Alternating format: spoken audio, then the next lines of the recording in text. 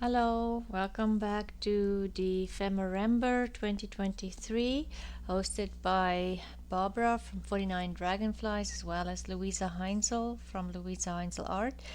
And I am Marnell from Miemie's Keepsakes, and the prompt for today is Forgotten Snacks. Now, my snack isn't that forgotten yet, but it is a snack I package, and I got these chocolates from my son, and I just love the packaging, and I thought this would be such a cute ephemera holder to put inside the front of my journal. It has a bit of a spine, so I might even just add a little booklet in here. I think I might do that just because I'm not sure how much journaling space my journal will have in the end.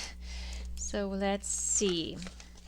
What I want to do is, I don't want to cover all of this with paper because it will be bulky as well as time consuming. So I'm going to work with the packaging that I have here and maybe just paint it. So this is just white gesso, acrylic gesso, Daler Brownie. I think I bought this from Walmart. For what I am doing, that is good enough. The quality wise, I don't know if it's a good quality or bad quality because I'm not an artist, but anyway. So I'm just going to add some gesso on here and see if I can push some of the writing into the background and things like that. The chocolate image, things like that.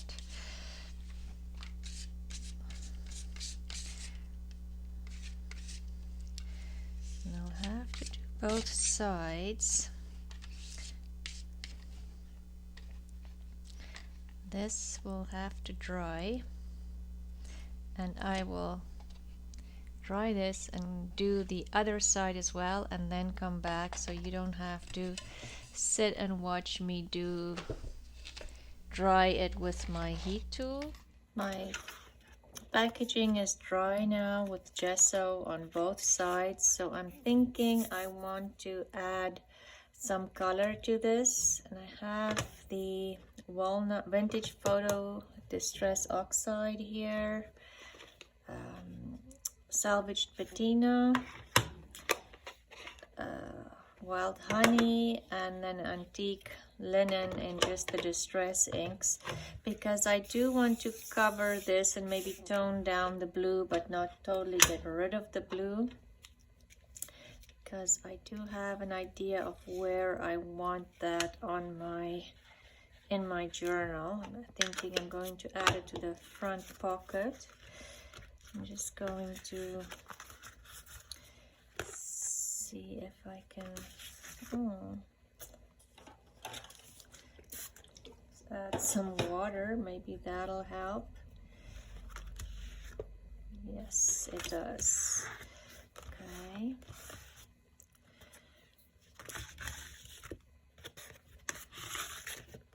Okay, it's not giving me the effect that I wanted, so I'm going to try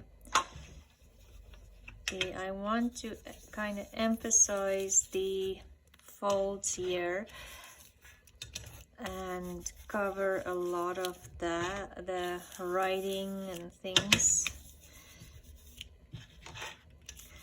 that I do not necessarily want to see. So maybe if I do this, it will cover a bit more.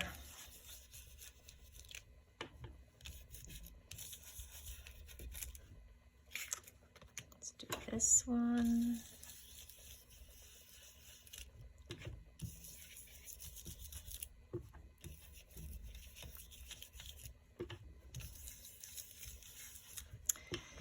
Just adding some inks here, and see now there you can see the texture in the gesso.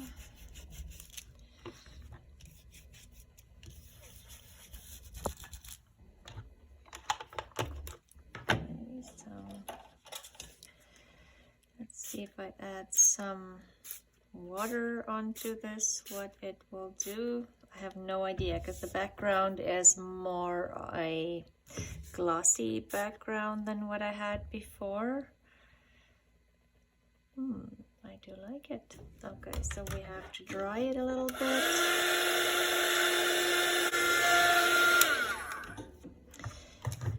Both sides are now, I added the walnut oxide on there, and maybe I'll do a little bit of wild honey distress ink in here, just a couple of dots. Just want to make the background a little bit more interesting. And on this side, just on the spots where I can still see a lot of the writing that I don't want to see anymore. And we will maybe take this away. That's a terrible shadow. Didn't see that before. Then I have this one is Harvest Moon, the mica spray, and I'm thinking before I'm adding the water for the wild honey, let's see what the mica spray will do with a bit of water added to it. I don't know, I haven't done that before. We'll have to see. Wow, it's overpowering, but I'm thinking I can get rid of some of it, but I do want it to flow into some of the areas, and then I am going to take some of it away, just because it's very yellow at the moment. And maybe on the other side, because my wet wipe is still very wet from, I can just pat some of that on this side and add a bit more water on here. Then I don't have to dry everything again. So all of that takes time, adds to the time of the process. Okay, so now let's see. Maybe I'll add a little bit distress oxide. This one is salvaged patina, and just in between, just to tone down that yellow a bit.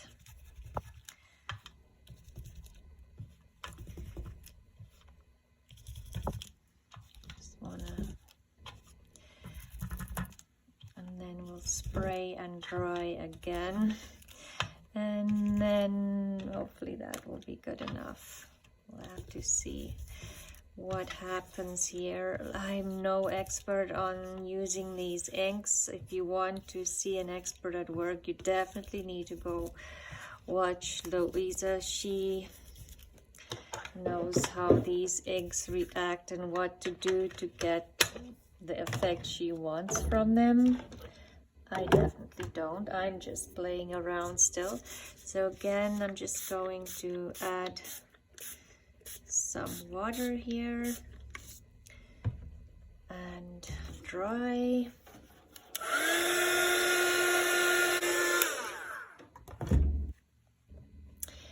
My back and front is dry, and I totally love how the marks that even where the inks flow together, it just makes for a beautiful background. Now let's keep on decorating our booklet or our lost or forgotten, it's forgotten snacks. It's still a little wet here from some places. We'll just dab some of that up. I have the clusters I made with Nature's Wonders, and I was thinking maybe I'll add one of these on here. That might be a nice one. I don't think the red. This one's too small. This one's too dark, I think. Or that one. Maybe one of those two. Just see where this folds. This would be the front. This one might actually be a bit too big. This one is a better fit for the size. Okay, so let's add some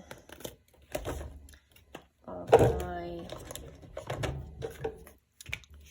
Distress Oxide walnut ink, and I'm just going to use this stamp again that I just bought. It is Ledger Script CMS241 from Tom Holtz. And I just want to, I'm not going to use a block, just want to add a bit of script in here, like spots there where I can still see a lot of the writing, just kind of confuse the eye again, and just give it a bit of an interest in the background. And I'll do it on both sides. And I don't want a definite stamp.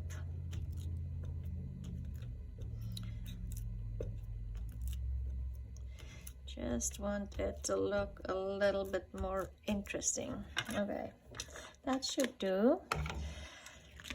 Let's decorate the front.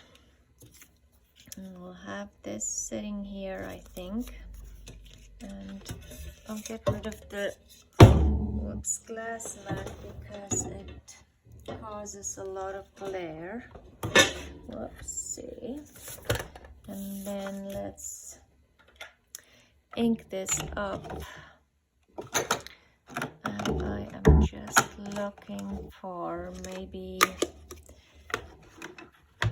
vintage photo. Okay, no, this is tea dye.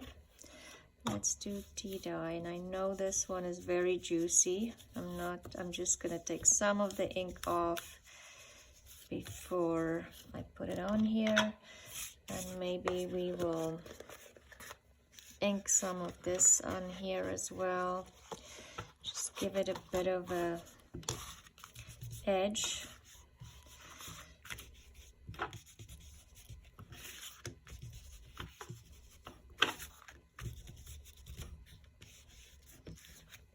Same here. Just want to brown up or make those edges look a little bit more grungy. Okay. And then we'll put this here. Let me just see how this thing needs to close up this way. So this is the front. Just make sure, double check. Then I have some cheesecloth here. I'm wondering if this is just a little too white. I have some cheesecloth here that I want to put behind this. And then I also have some netting.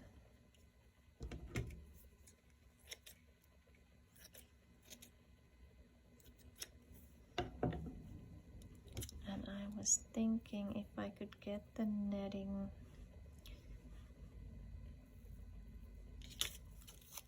My hands are covered in gesso. Kind of scrunch it up.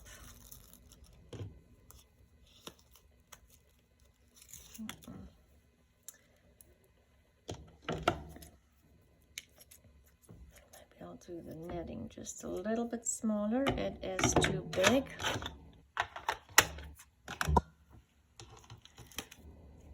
And then scrunch it up. So what I want to do is just use, maybe my art glitter glue might be.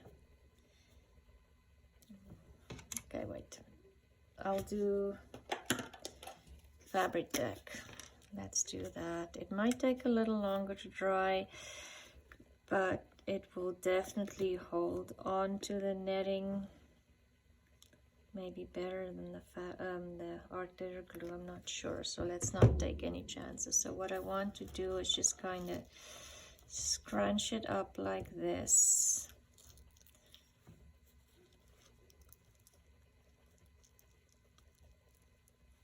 And then have more glue here. Fingers are going to be covered in glue again.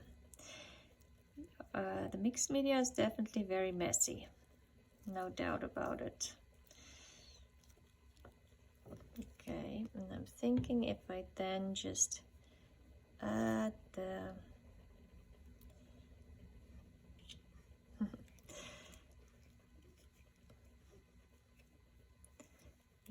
cheesecloth behind.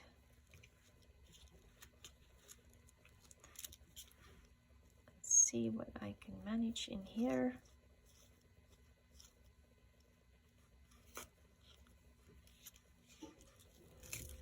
Okay, it's glued on. And then what I want to do is I don't want those to be perfect edges. I want them to look more torn. Okay, that is better.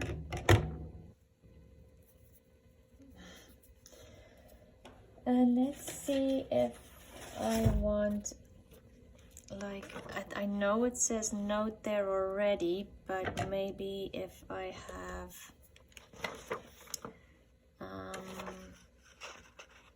a word on here, I just want a little bit of black actually on here for some reason. Don't ask me why. Just feel like I need some black on here. Maybe something like that. Okay. Let's glue this down.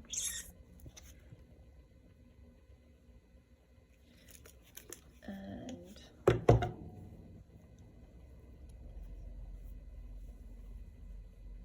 I just want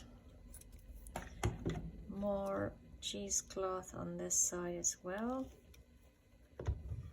behind the blue, just so the blue would show up better. And then I'll put the fabric tack on my cluster. Seeing how fast the clusters make decorating once you have a selection of clusters available, and that's why I like doing a bunch of clusters at the beginning of my journal. And now, because I have a lot of glue behind here, I can manipulate that a little bit more.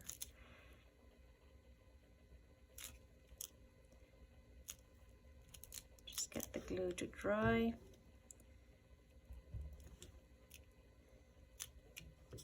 And do we want...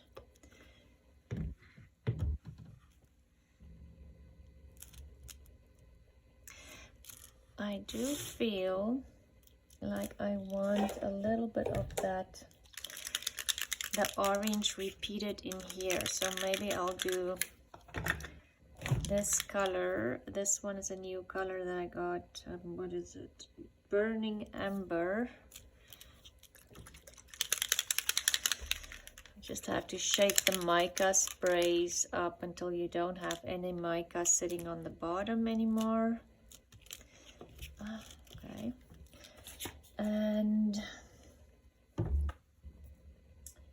we'll need, don't necessarily want too much on there. And then I'll put the, what did I do with the black journey? Don't know, I'll find it, or just find a different word, but just get some splatters on here. And I do want it on my cluster as well, not just the background. Okay.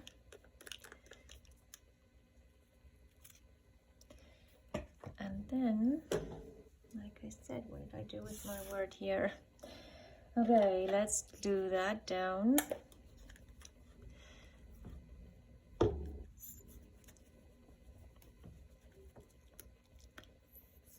Still need some glue here.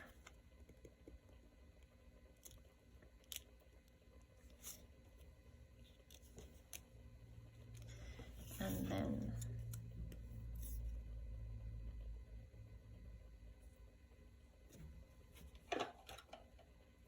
this journey, and then I'll just dry the splatters.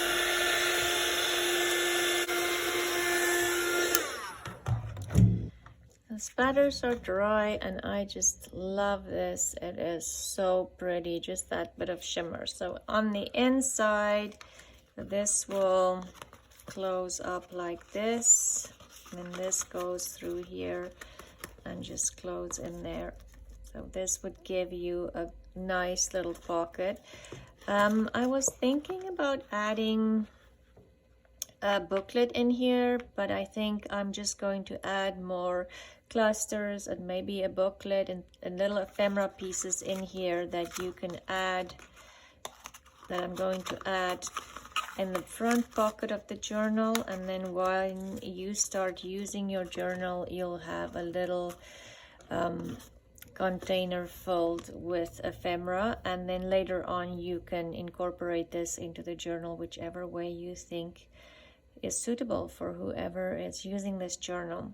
So fairly quick project, little chocolate box transformed into a ephemera holder. Thank you for watching today. I really appreciate your support. There is 2 more videos left for Dephemerember, and then we are on to 2024. Can't even think about that, or it doesn't make any sense. But again, thank you for all your support during this year. I can't thank you enough, each and every one of you who have left a comment and watched, and just, you know, you were just doing every day what you know, just watching YouTube. Anyway, all I'm trying to say is thank you for your support. I will see you again tomorrow. Tomorrow's prompt is spaghetti box window. I'm gonna have a problem with that because I don't have a spaghetti box, but we'll find something else. So thank you for watching, and I'll see you tomorrow. Bye.